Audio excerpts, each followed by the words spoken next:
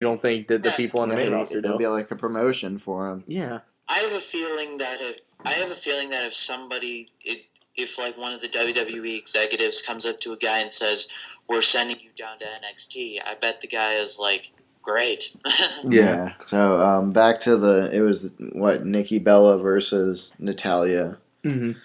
I mean, so I guess that's what they're going to be doing at the Royal Rumble. You think Natalia's going to get the championship, or you think Nikki? Well, I mean, Natalia's really in the point now that she's like putting people over. I don't know. I think she's due. I think in my I opinion. agree that she's due, but it just seems too obvious that they'll do sister versus sister WrestleMania.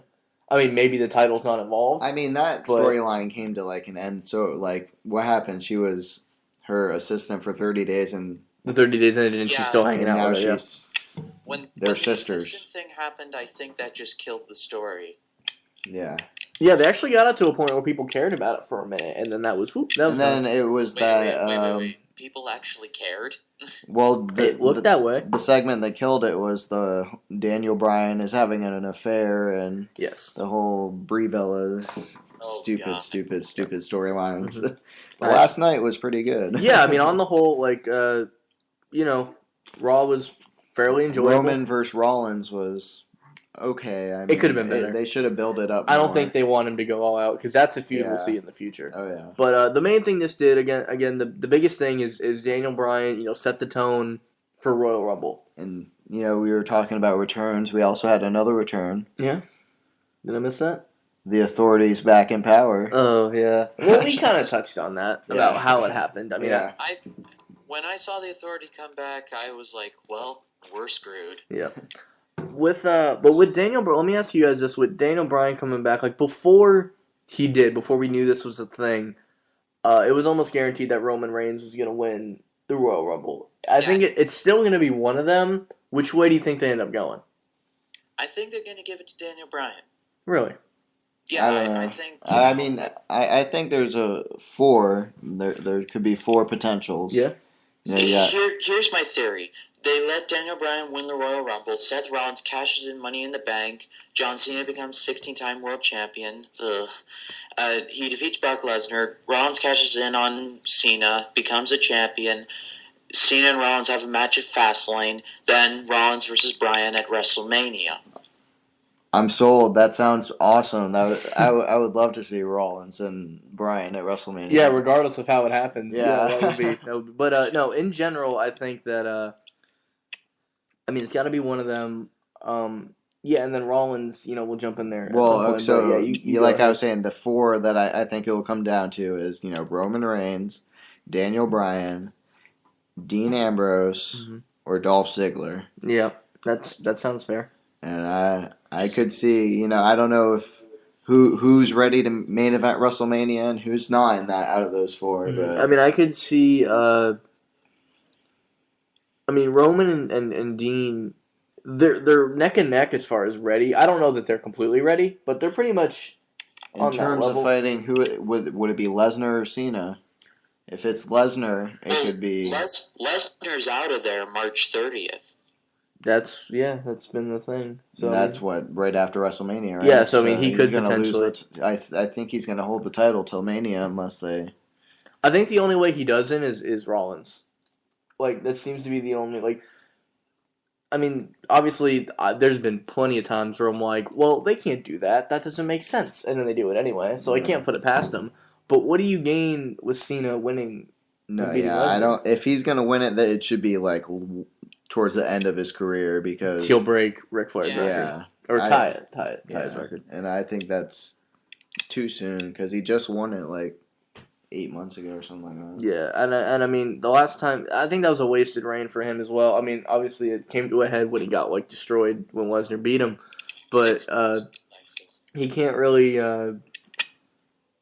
win the other one, another one yet, because like you said, like, it needs to be a big deal. If they even acknowledge it. I'd feel a little offended if they don't acknowledge that eventually, if he were to beat it. But, going into Royal Rumble, what are some other matches that you can see transpiring? Normally you get a pretty good feel. And we still got, like, what, a month? Almost a full month before the pay-per-view? Yeah, I was thinking, I mentioned Dean Ambrose. I don't know if he's going to be fighting Wyatt at the pay-per-view or Again, not. yeah. I mean, do you think this ambulance match they're having next week, It's that's going to be conclude? a PG ambulance match. No blood. There's just and just on the topic of that, I hear that Bray Wyatt is the top candidate to face the Undertaker in Mania.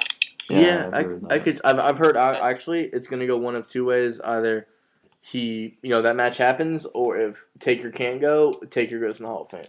It's gonna be because apparently, I've seen pictures, recent pictures of the Undertaker. They don't look that good. He doesn't look that good. Yeah. It's hard to I know what you mean. I've seen those pictures too. He kind of looks like he's 80. Although he is maybe 50. Yeah, he's 50 something, I think. But WWE, I feel like they did that thing where they dug a hole for themselves, and right before it was too deep to climb out of, they stopped digging. They're at a point right now where this is critical. They've had several months to turn around the loss of Bryan, and now Bryan's back. I think Cesaro, from last year's Mania to this year's Mania, he could have been ready for not necessarily a title match, but a main event level caliber thing. They could have done Lesnar versus Cesaro. I don't think he could have won the world title or anything, but he could have at least held the Intercontinental or the United States title and had a major very good run with that. Yeah, absolutely. It just didn't happen. So, yeah, I mean, as far as this goes, I think WWE is in a spot where, ball's in your court, you have the players around it, to do it, and now we just got to see how you do it. So that's enough talk, I think, on Raw. We can touch back on the pay-per-view later. But I want to talk about the best thing going in WWE today, which is, of course, NXT. I almost forget sometimes that they're part of the same company because it's just, night and day difference, and... If NXT were a federation, if they had a program like NXT Monday Nitro or some catchy name like that, they'd kick WWE's rear end. Yeah, they definitely would. Me and Billy are lucky enough when WWE did their, what was it? You told me the other day when they did their top 10 matches of the year. How many have we been to? Is it 3 or 4? Yeah, I think you've been to 4. And I went to Battleground. And was there one on Battleground? But the Usos and Wyatt family, 2 out of 3 falls match. Right, but 3 of WWE's top 10 matches from this past year were in NXT. 4. That 4. should be some sort of sign that. Yeah. Should be some sort of sign. I don't know what, but it should be some sort of sign. The future is in good hands. Yes, I mean, if nothing else, we could just hang out for a little while until these guys get around. Yeah. We could definitely see something good happen there. But the thing I wanted to bring up most, because I don't know how much you guys know about these, is I think Neville's got about, spring of next year, they said, is when he's going to get called up and stuff. So he's got 1 or 2 good feuds left maybe before he goes to NXT, or goes up from NXT. A demotion is what I'd call it. But they're talking about changing his gimmick. And I don't understand how you're going to build somebody up one way and then bring them up to do the other. You guys can chime in, but I don't really see the NXT is supposed to be a developmental thing where they develop character and then they become known as that character and they get promoted. I mean, you have little tweaks, like what happened with Ascension, and then, change Bo Dallas's music and stuff, but little tweaks and stuff, but a whole new gimmick, and I heard he might wear a mask or something. Yeah, I mean, I don't know for sure, but the feuds that I've heard that he, he's kind of got one more hurrah type feud, like a lot of these guys do before they get called up, is either a singles feud with Finn Balor, or Hideo Itami, or one more go at the title involving a triple threat with him, Sammy, and the white hot Kevin Owens right now, which. Not that we won't miss Neville when he leaves NXT, but the void will be virtually not there because Kevin Owens would fill it immediately. Oh, so, yeah, there's a lot of came in at the right time. Yeah, there's a lot of great talent there that's coming up. I don't know how long Balor's going to be there, or Tommy. Tommy's probably going to be there a little longer. Owen's probably a little longer. Balor's ready. He's ready. He's just waiting to be on cups and T-shirts all around the world. Yeah, he's so marketable. He really is in several different ways. I mean, you got the Irish community. You have his face paint. For the kids. You have just a badass dude for like the male demographic. His wrestling is. It's no Balor. If anyone down there like, I love Neville. His size could get in the way. I love Sammy. His body structure could get in the way. He's this new generation of wrestler. Like he's the prototype of what they would want. Like it's not as big as it used to be, but he's still plenty. He's if Vince could dream up the new generation, like he'd have like 15 Finn Balors and give them all different gimmicks and face paints. But now NXT, we talked earlier about the tag team division in WWE and how it's lackluster. NXT is really not the case. Like they, their tag team and their women's division, you just can't, can't deny. Well, their women's division is the best in the world.